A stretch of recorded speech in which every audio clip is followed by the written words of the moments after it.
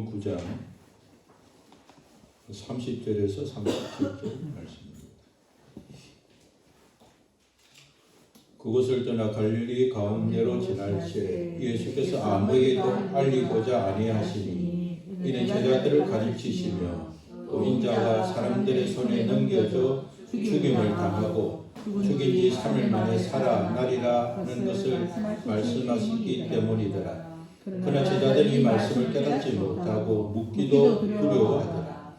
가버나움에 이르러 집에 계실 때 제자들이 물으시되 너희가 길에서 서로 토론한 것이 무엇이냐 하시되 그들이 잠잠하니 이는 길에서 서로 누가 크냐 하고 쟁론하였습니다.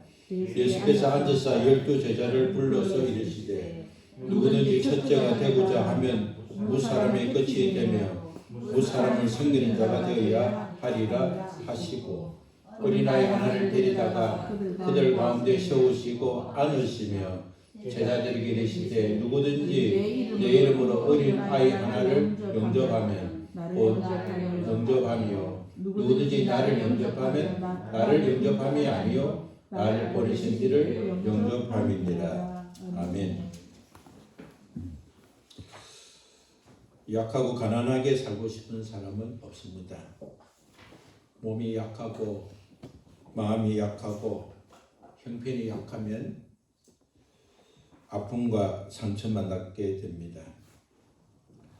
작정하고 가난하게 살려고 하는 사람은 가난이 많은 의미가 있지만은 그러나 가난을 피할 수 없어서 가난하고 약함을 벗어날 수 없어 약하게 사는 사람은 인생의 많은 것들을 잃어버리고 손해를 보게 됩니다.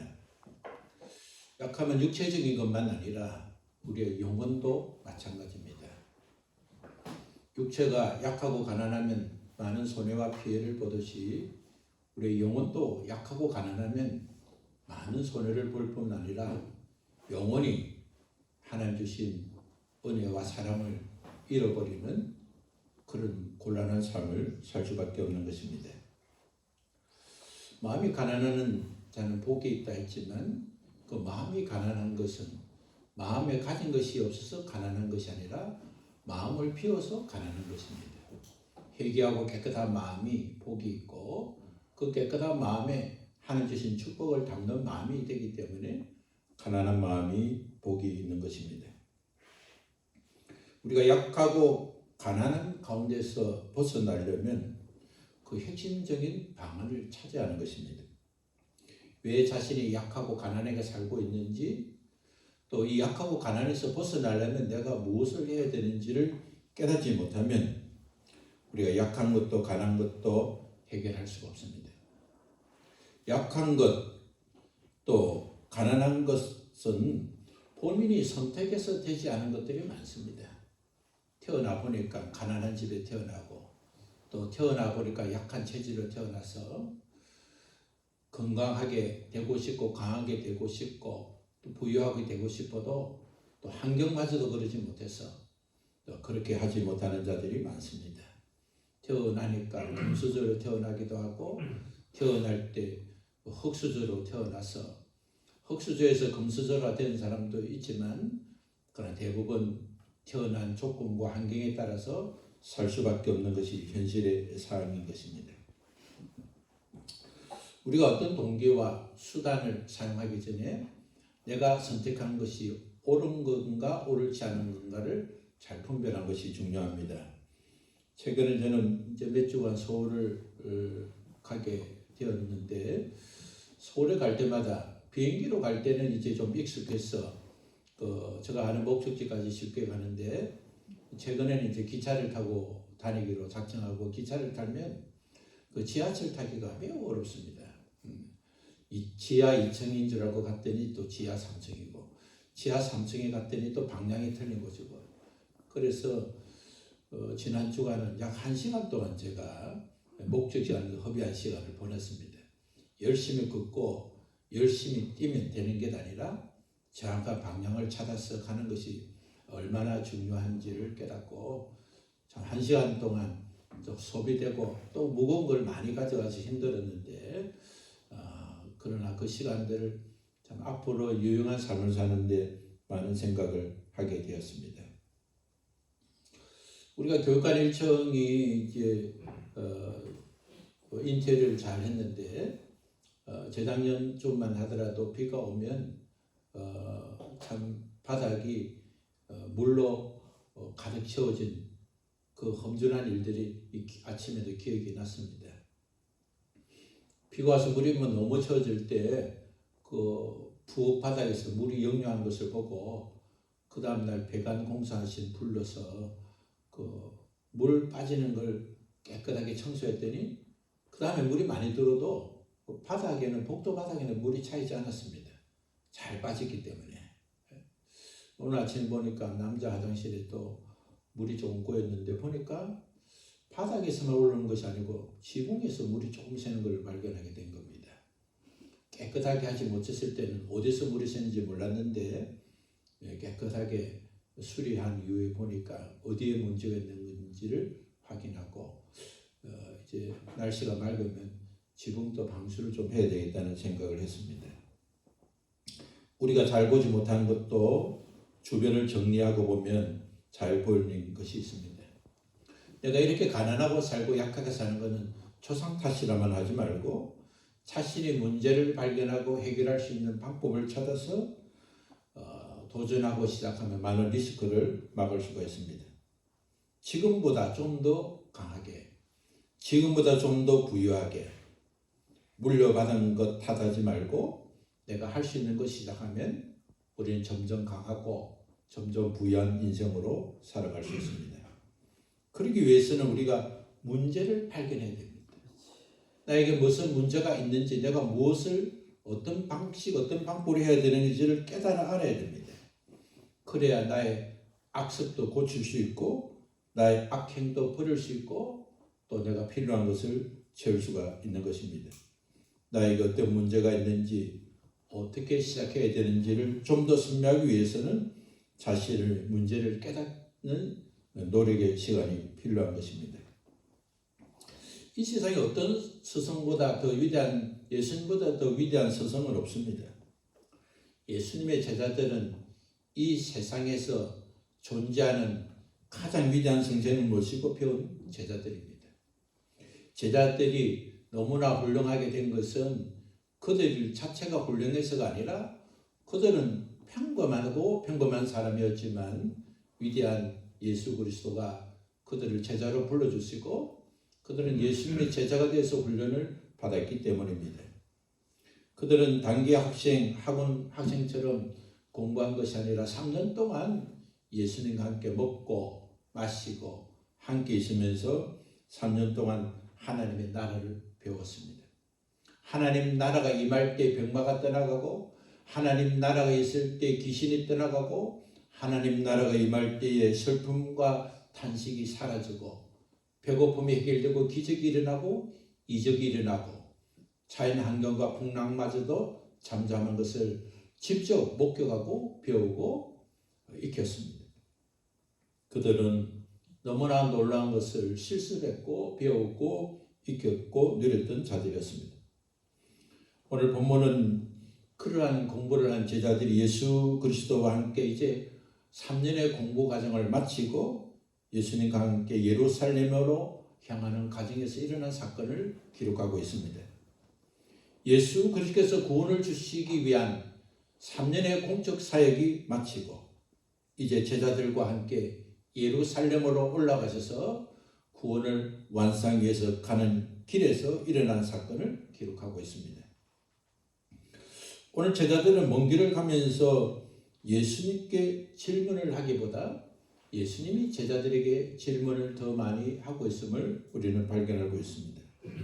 마치 수업을 마칠 때쯤 시험을 통해서 성자님이 그동안 가르치고 또 전해준 그러한 지식과 정보와 또 교육의 결과가 어떤지를 확인하기 위한 것처럼 예수님은 제자들에게 시험을 치듯이 질문을 했습니다. 그 첫 번째 질문이 바로 관계가 어떻게 설정되어 있는가 하는 질문입니다. 우리가 살면서 무너질 때 뭡니까? 남편인 줄 알고 사랑하고 졌는데 어느 날 남편의 태도를 볼 때 나는 저 사람에게 누구인가 하는 관계가 흔들릴 때 우리는 시험에 빠질 수 있습니다. 그래서 당신에게 나는 누구예요? 자녀가 부모를 향해서 나는 부모에게 어떤 존재인가? 부모는 자녀를 향해서 나는 어떤 존재인가는 그런 정체감이 흔들릴 때 사람은 넘어지는 겁니다.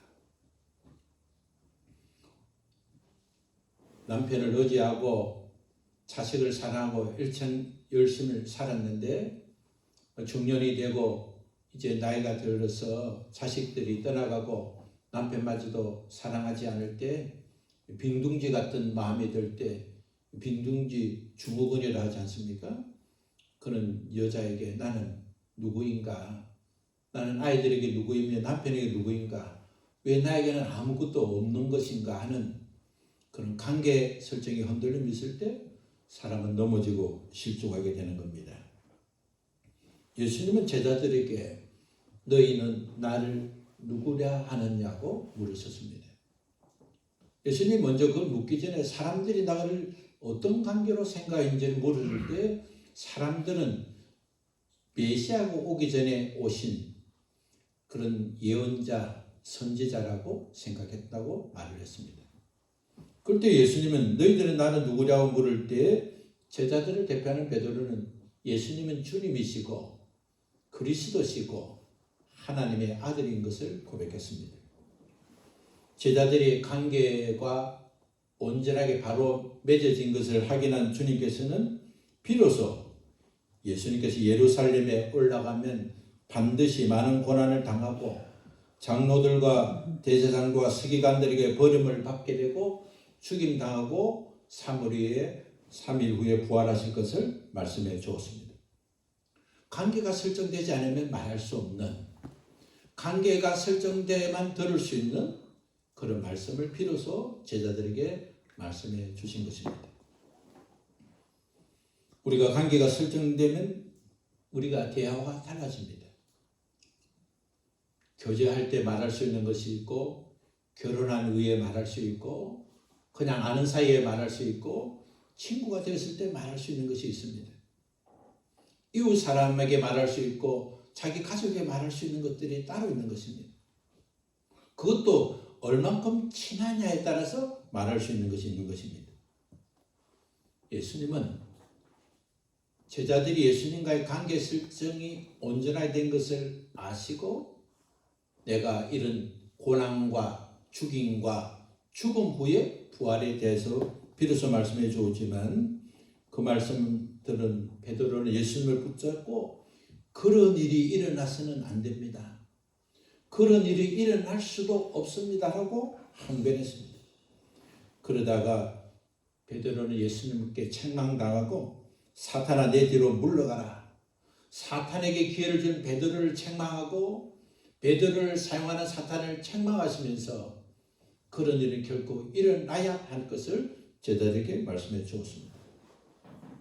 예수님은 예수 그리스도를 따르는 무리들과 제자들을 부르셔서 누구든지 나를 따라오려거든 자기를 부인하고 자기 십자가를 지어야 한다고 말씀해 주었습니다. 예수 그리스도를 정말 따르려고 한다면 자기 가치관, 자기 생각, 자기 옳음을 버리지 않고는 생각을 바꾸지 않고는 그가 알고 있는 지식을 바꾸지 않고는 저가 하고자 하는 방식을 고치지 않고서는 주님을 따를 수 없고 그 주님을 따르는 것은 버린 것만큼 그것이 자기 십자가 되고 짐이 되어서 그 무게를 견디면서 따라야 할 것을 말씀해 주었습니다. 자기를 인정하고 자기 삶을 바꾸지 않으면 주님께서 주신 은혜의 길을 갈 수가 없습니다. 주님께서 우리에게 주시고자 하는 그 축복을 누릴 수가 없는 것입니다. 주는 그리스도시요 살아계신 아들이십니다. 라고 제자들은 메시아와 자신의 관계, 자기의 스승님이 바로 그리스도라는 사실을 고백했지만 그 고백을 들으신 주님께서 비로소 가르치신 말씀은 그들은 받아들일 수가 없었습니다. 그들은 상상할 수도 없었고 그들은 너무나 절망적인 말씀이기 때문에 그들은 그런 일이 일어나서는 안 되고 그런 일이 생각했으면 그들은 제자로 따르지 않았을 것이고 지금까지 그들은 훈련을 받지도 않았을 것입니다. 제자들은 예수 그리스도가 하신 말씀의 진정한 의미를 알지 못했습니다. 그리고 그 진정한 의미를 깨닫고 싶지도 않았습니다. 제자들은 예수님께서 하신 말씀을 깨닫지 못했기 때문에 그들의 마음속에는 여전히 불편하고 해결하지 못한 그런 질문이 있었습니다. 그러나 주님께서 말씀하신 그 말씀을 듣고 또다시 질문할 수 없었던 것은 주님께서 자기 십자가를 지고 자기를 부인하고 자기 십자가를 지려 했기 때문에 자기가 원하는 대답을 들을 수도 없고 또 주님이 어떻게 말씀하실지를 그들은 미리 짐작해 볼 수 있기 때문에 그들은 불편한 마음을 가지고 묻기도 두려워했습니다. 묻기도 두려운 이유는 뭡니까? 자신이 물어도 주님의 대답은 바뀌지 않을 수 있기 때문에. 우리가 그런 일이 많지 않습니까? 어떤 일을 부탁했는데 거절당했을 때 다시 한번 어떻게든지 물어야 되는데 물으면 혹시 내가 원하지 않는 대답을 할 가능성이 높을 때는 묻기도 두려워하지 않습니까? 건강한 사람이 검진을 받으면 의사가 결과를 말해주는 걸 두려워하지 않습니다. 그 건강이 염려된 사람은 나 몸이 어때요? 하고 묻기도 두려울 때가 있지 않습니까? 제자들은 묻기도 두려운 상태로 그 길을 계속 걷고 있었습니다. 예수 그리스도께서 가르치시고 전하시고 이루어 가신 그는 하나님의 나라는 귀신이 떠나고 병마가 떠나고 배고픈 문제가 해결되고 위로와 사랑과 은혜가 풍성했는데 그것들을 체험하면서 주는 그리스도십니다. 살아계신 하나님의 아들입니다.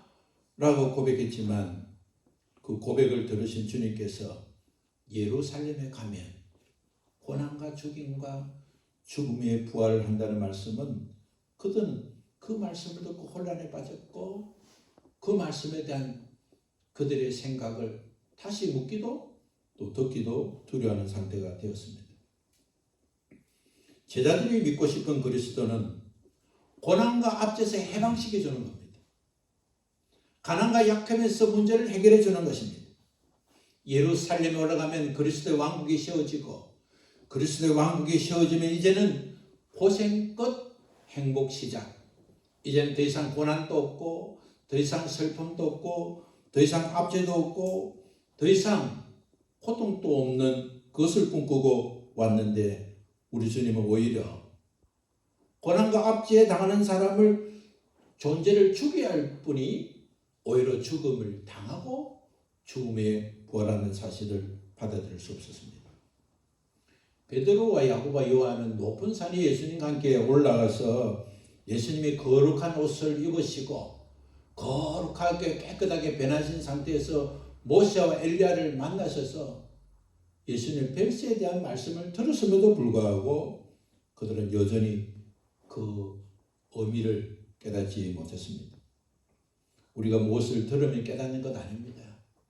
무엇을 경험하면 깨닫는 것이 아닙니다. 우리가 사람마다 그 깨닫는 과정들이 필요한 것입니다. 어떤 것은 죽음이 임박했을 때 깨닫는 것입니다. 죽음이 이런 것이라면 내가 그렇게 살지 말았을걸. 그래서 죽음에 임박하는 자들이 가장 많이 하는 게 껄껄이라는 말을 하지 않습니까? 그렇게 하지 말걸. 이렇게 하지 말걸. 헤어지고 나면 후회되는 것 있고 가지고 보면 별 것 아닌 것들이 많은 것입니다. 그때는 그거 하나 잡으려고 발버둥 쳤지만 그것이 성공이 대단한 줄 알았지만 그 잃어먹은 것이 엄청난 것을 잃어버린 줄 알았지만 세상을 살다 보니 내가 가져보니 잃어버리고 보니 이제 와서 보니 또 내가 깨닫고 보니 그것은 아무것도 아닌 것을 알게 되는 것입니다. 예수님의 세 명의 제자들이 산 위에서 내려올 때 예수님은 제자들에게 인자가 죽은 자 가운데서 살아날 때까지 본 것을 아무에게도 말하지 말라고 했습니다. 왜 예수님이 그렇게 말씀하셨습니까? 깨닫지 못하는 자가 그것도 경험하지 못한 자에게 전해주면 그들이 잘못된 방식으로 이해하고 또 혼란에 빠질 수 있지 않겠습니까? 우리가 어떤 것을 가르칠 때 내가 구원의 확신과 하나님의 은혜를 체험하지 못한 상태에서 예수 그리스도를 전하면 전하는 자나 듣는 자가 그것이 하나님 주신 은혜의 통로로 들어갈 수 있겠습니까? 사람은 준비된 것만큼 설 수 있습니다. 저 아이들을 키우면서 아이들에게 듣는 말이 연습을 많이 하고 훈련을 많이 하면 시합에 나가면 자기가 자기를 안다는 겁니다. 이 정도 연습하고 이 정도 훈련했기 때문에 내가 어떤 결과가 있을 것이라고 짐작을 한다는 겁니다. 자신의 실력이 있어도 능력이 있어도 그동안 훈련하지 못하고 여러 가지 상황들이 안 좋아하면 자기 자신이 자기를 못 믿는 겁니다. 내가 이길 수 있을까? 가능할까? 내가 체질과 체형이 많이 약해지니 가능할까? 그런 생각이 결국 시합에서 이길 수 있는 확률을 줄이고 또 자기가 열심히 다하면 이길 수 있는 확률을 높인다는 말이 기억하고 있습니다. 하나님께서 우리에게 은혜를 베푸시고 또 우리가 경험한 것을 잘 깨달아야 됩니다. 음식을 잘 먹고 잘 소화되어야 내 몸이 되듯이 음식을 먹을 때 조곤조곤 또 잘게 오랫동안 씹으면 씹을수록 그것이 내 몸에 영양소가 되는 것처럼 오늘까지 우리가 살아온 인생 또 내가 경험하고 있는 현실을 우리는 깊이 묵상하고 성찰하고 주님의 음성을 듣고 주님께서 왜 이런 환경과 여건을 허락해 주신지를 깨달아 알도록 힘써야 하는 것입니다. 하나님께서 하나님 백성에게 율법을 주시고 그 율법을 받을 때에 그 율법을 통해서 주신 두 가지 은혜가 있습니다. 그 첫 번째는 자신의 죄를 깨달아서 회개하고 또 회개한 만큼 하나님께서 복을 받게 하는 것입니다. 왜 하나님께서 그걸 만들으셨지? 왜 사람들이 일상에 살면서 여기 왜 신호등을 만들고 여기 왜 횡단보도를 만들고 반대편에 있는 사람은 그걸 합니다. 차가 갈 때는 횡단보도가 많은 걸 불편해합니다. 그러나 많이 걷는 사람은 횡단보도를 볼 때마다 고마워합니다. 사람이 자기 입장에서 보면은 아닌 것이 있지만 또 타인 입장을 보면 옳은 것들이 많습니다. 하나님께서 왜 율법을 만드셔서 그렇게 하는가를 우리가 깨닫지 못하면 우리가 하나님 주신 말씀을 오해할 수 있습니다. 하나님께서 말씀을 주신 이유는 자기 죄를 깨달아 회개하기 위한 첫 번째 목적이고 두 번째는 하나님의 말씀을 지키는 자에게 복을 주시기 위한 겁니다. 하나님은 공평하신 하나님이기 때문에 누구나 복을 줄 수가 없는 것입니다. 그 기준이 하나님 주신 말씀을 지켜 행하는 자에게 복을 주시고 하나님의 말씀을 지켜 행하지 못해서 복을 못 받는 자가 이 말씀을 통해서 자기 죄를 깨닫고 회개해서 또 복을 받기 위해서 하나님께서 율법을 주신 것입니다. 그렇기 때문에 우리가 말씀을 읽고 말씀을 듣고 말씀을 배우는 이유는 복을 받기 위한 것입니다. 어떻게 하든 말씀을 많이 해서 내가 복을 많이 받아야 되겠다. 그리고 말씀이 우리의 심령에 찌를 때마다 회개하면 또 말씀을 순종하는 체질과 체형으로 바뀌기 때문에 결국 또 복을 받는 사람이 되는 겁니다. 그리고 하나님께서 두 번째 주신 것은 제사 제도를 주셨는데 제사 제도의 예식이 뭡니까? 자기 죄를 짐승에게 죄를 전가시켜서 그 짐승을 죽임으로 용서를 받는 겁니다. 제사장이 1년에 한 번씩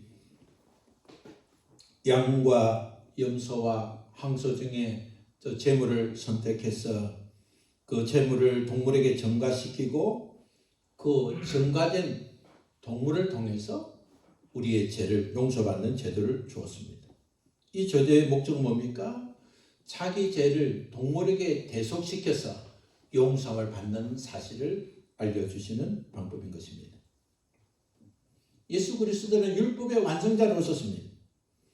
율법을 성취하시고 완성하기 위해서 오셨고 예수 그리스도는 회개하는 자에게 용서하시고 대속의 제물이 되시고 대속의 제물을 집행하는 제사장으로 이 땅에 오셨습니다.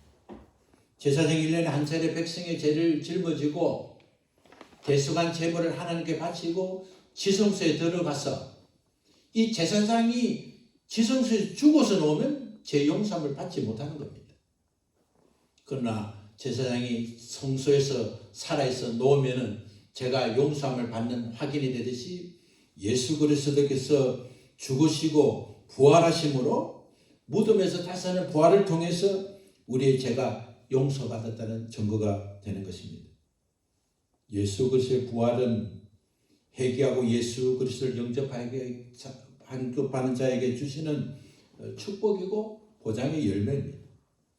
로마서 5장 10절의 말씀을 보면 곧 우리가 원수 되었을 때에 그들의 아들의 죽으심으로 말미암아 하나님과 화목하게 되었은즉 화목하게 된 자로서 또 그의 살아나심으로 말미암아 구원을 받을 것이니라.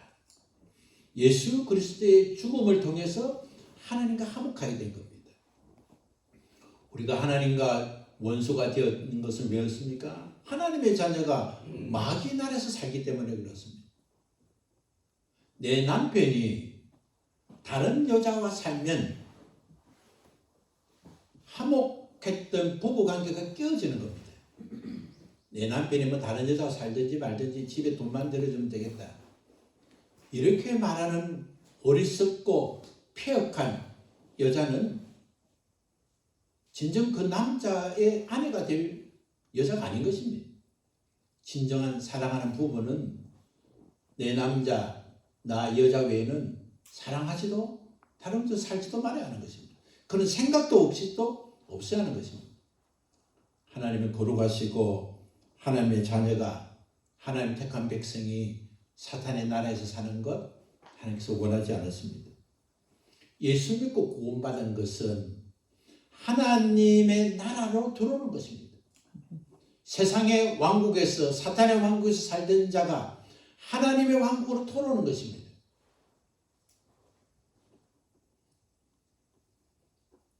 예수 그리스도의 죽으심은 예수 그리스도께서 나의 죄를 대속해서 죽으셨다는 사실을 믿고 영접한 자는 사탄의 왕국에서 하나님의 왕국으로 온 자입니다. 사탄의 나라에서 하나님의 왕국으로 온 자가 내가 구원받은 확증은 무엇입니까? 예수님의 부활을 믿는 것입니다. 예수님의 부활은 예수님 하나님과 화목하게 되었다는 첫 번째 열매이고 그 열매를 먹는 자 우리는 예수님같이 영원히 부활한 몸으로 살게 된다는 확신을 받게 되는 것입니다. 예수 그리스도와 함께 예루살렘의 길을 가면서 제자들은 불편한 마음이 있었습니다. 해결하고 싶은 의문점이 있었습니다. 왜 예수님은 그리스도신데 왜 고난을 당하시고 왜 압제당한 자를 풀어주시기 위해서 오신 예수님께서 왜 고난을 받으시고 왜 버림을 받으시고 왜 죽으시고 그런 후에 부활하십니까?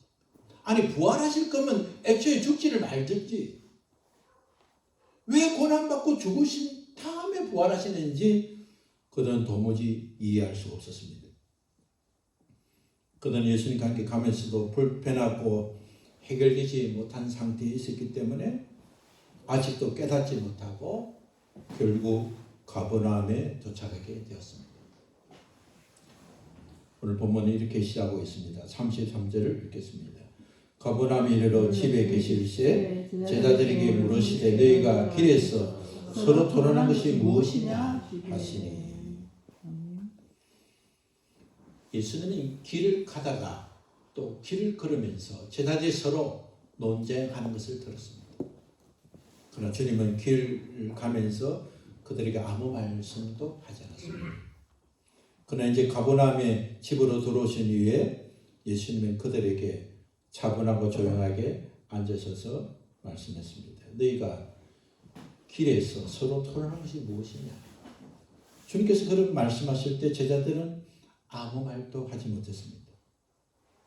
그들이 서로 토론한 이유는 그들이 서로 다투기까지 하면서 한 이유는 예루살렘에 올라가면 그리스도의 왕국이 될 텐데 그때 누가 큰 자가 되겠느냐는 다툼이었습니다.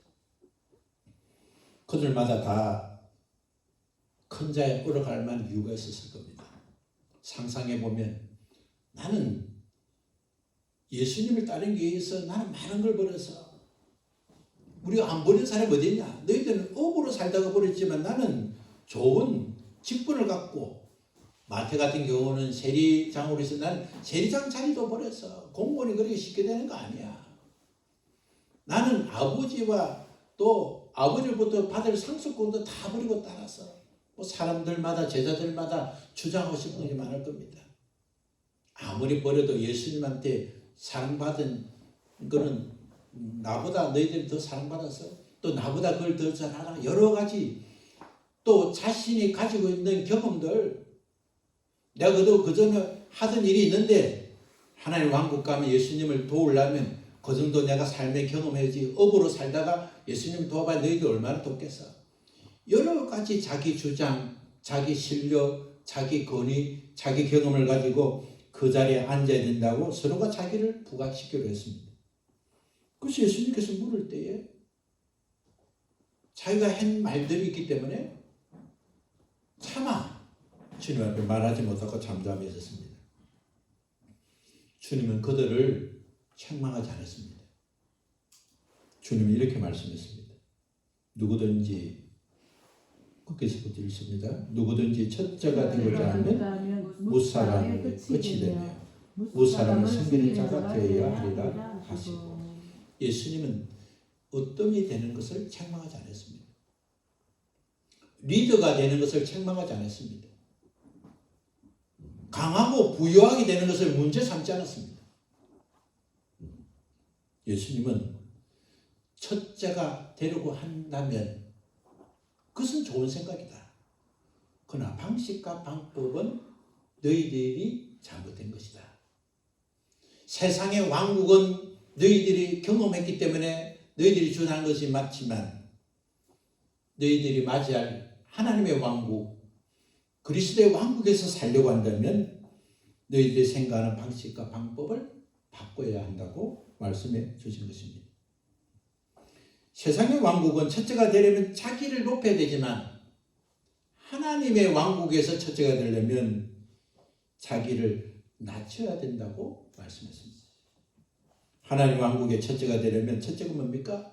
겸손해야 된다는 겁니다. 인간의 최초의 죄는 뭡니까? 교만한 죄입니다. 왜 선악과를 먹었습니까? 하나님 없이 살려고 선악과를 먹었습니다. 하와를 유혹할 때 이것 먹으면 하나님처럼 된다 할 때 그들은 하나님처럼 되고 싶어서 하나님 없이도 살려고 선악과를 먹은 것입니다. 최초의 교만, 그것은 바로 하나님을 떠나도 된다고 또 하나님을 떠나고 싶은 마음으로 시작된 것입니다. 예수님이 이 말씀을 하신 뒤에 어린아이 하나를 데리고 와서 안아주시면서 말씀했습니다. 누구든지 내 이름으로 이 어린아이 하나를 영접하면 곧 나를 영접하며 누구든지 나를 영접하면 나를 보내신 하나님 아버지를 영접하는 것이라고 말씀했습니다. 어린아이는 어른보다 겸손합니다. 어린아이는 온유하고 단순하고 정이 많고 마음이 따뜻합니다. 어린아이의 가장 예수님이 말씀하시고 싶은 것은 뭡니까? 어린아이는 자기의 연약함을 안다는 겁니다. 아이를 키워보면 또 씩씩하고 대단해서 뭐 이 정도 되면 할머니 집에 보내면 얼마든지 혼자 있을 수 있다 하고 할머니 집에 한번 보냅니다. 초등학생 정도 돼도 갈 때는 잘 다녀와 있다고 막 씩씩하게 뭐 인사하고 가지만 그날 저녁 되면 아이는 대부분 웁니다.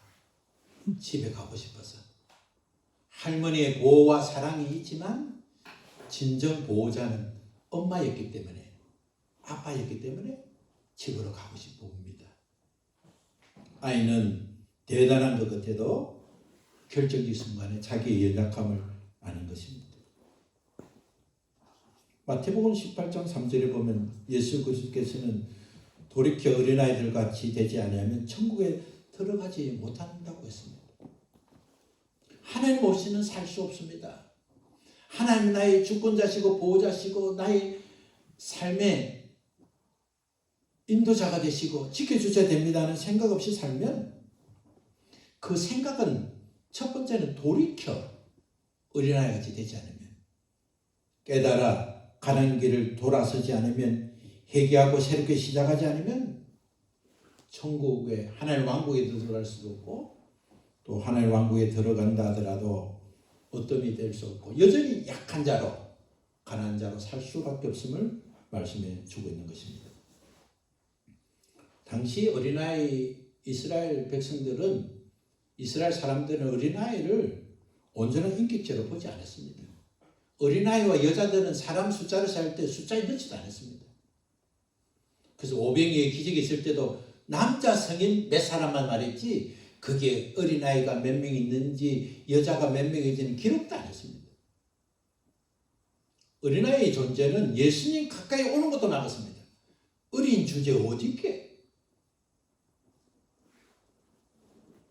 어린아이들은 사람의 숫자에도 넣지 않고, 어린아이는 온전한 인격체도 없는 것처럼 취급했습니다.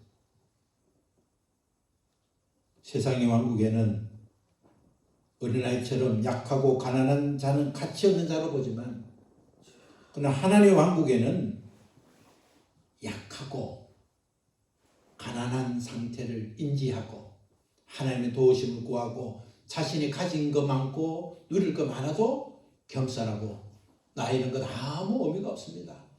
하나님 없이는 저는 아무것도 아닙니다. 내가 좋은 옷을 입고 좋은 것을 가지고 많은 것을 가지도 엄마를 떠나서 외갓집에 가는 순간 그날 밤에 우는 것처럼, 내가 소유하고 있는 것이 아무리 많아도 한순간에 건강을 잃을 수도 있고 재산을 잃을 수도 있고, 내가 가진 것은 다 잃을 수 있지만 주님만 잃지 않으면 다 가진 것이라고 고백하고 하나님만 사랑하고 뜻을 행하는 자가 될 때, 그런 마음, 그런 생각, 그런 태도로 살아가는 겸손한 자가 될 때, 또 겸손한 자로 살아가는 자가 하나님의 왕국에서 어뜸이 되는 것입니다. 오늘의 나의 선택은 세상 왕국에서는 대단할 수 있지만 하나님 왕국에서는 너무나 초라한 것들이 존재하고 있는 것입니다. 영육간에 겸손하지 못한 체질과 체형을 바꾸고 스스로 낮아지고 겸손한 자, 하나님 없이는 절대 될 수 없는 자, 그런 자로 살 때 하나님께서는 이 땅에서도 복을 누리게 하실 뿐만 아니라 영원한 하나님의 왕국이 완성될 그때에 하나님께서 더 크신 은혜로 상급으로 우리에게 채워주실 것입니다. 스스로 낮아지는 가장 좋은 선택이 무엇입니까? 그것은 바로 죄를 회개하는 것입니다. 우리의 잘못된 것을 발견하고 하나씩 하나씩 고쳐나가면 그만큼 낮아지는 자가 되고, 또 회개하면 회개하는 만큼 자기 잘못을 더 발견하게 되고 더 하나님의 은혜 안에 들어가게 되는 것입니다. 집안을 청소하지 않으면 청소할 게 별로 없습니다. 늘 옷을 땅에 소파에 그대로 두는 사람은 늘 일상에 그렇기 때문에 지저분하게 안 보입니다. 그러나 옷걸이 옷을 정확하게 걸고 옷을 반듯하게 정리하고 집안을 깨끗이 하면 아무렇게 옷을 보는 게 눈에 거슬립니다. 그래서 다시 옷걸이 걸고 옷을 정돈합니다. 주변을, 삶을 정돈하고 회개하고 정리한 자는 흐트러진 자기 삶을 더욱 선명하게 보지만, 흐트러진 삶을 계속 살면 정돈된 삶을 살 수가 없는 것입니다.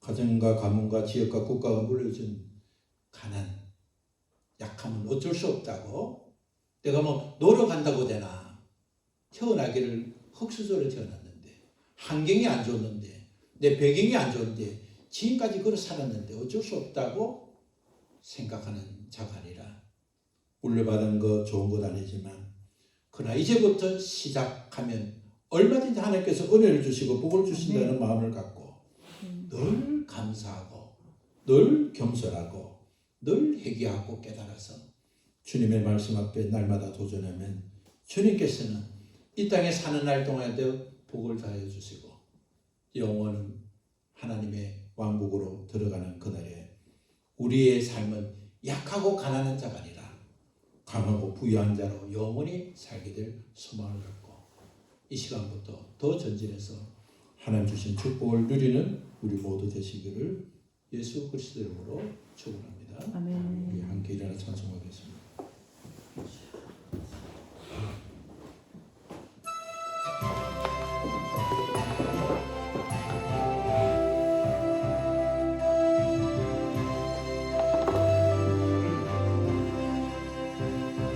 하늘 가는 밝은 길이 내 앞에 있으니 슬픈 일을 많이 보고 늘 고생하여도 하늘 영광 밝으니 어두운 곳을 헤치니 예수 공로 의지하여 항상 빛을 보도록 내가 염려하는 일이 세상에 많은 주 속에 근심 밖에 걱정 늘 시험하여도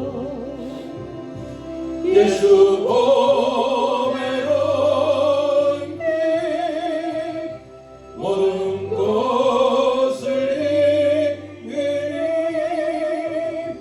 예수 공로 의지하여 항상 이기리로다. 내가 전성 바라보고 가까이 왔으니 아버지의 영광치에 나시고 싶도다. 나는 부족하여도 영접하실 터이니 영광 나라 계시는 것 우리 구주 예수라.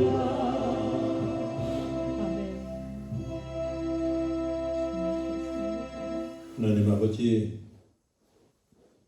약하고 가난이 나에게 준 운명처럼 받지 않고 상속된 것은 약하고 가난한 거지만 우리 주 예수 그리스도께서 은혜를 베푸시고 우리 예수 그리스도 은혜로 구원받아 하나님의 자녀가 되었기에 이 약함과 가난과 대적하며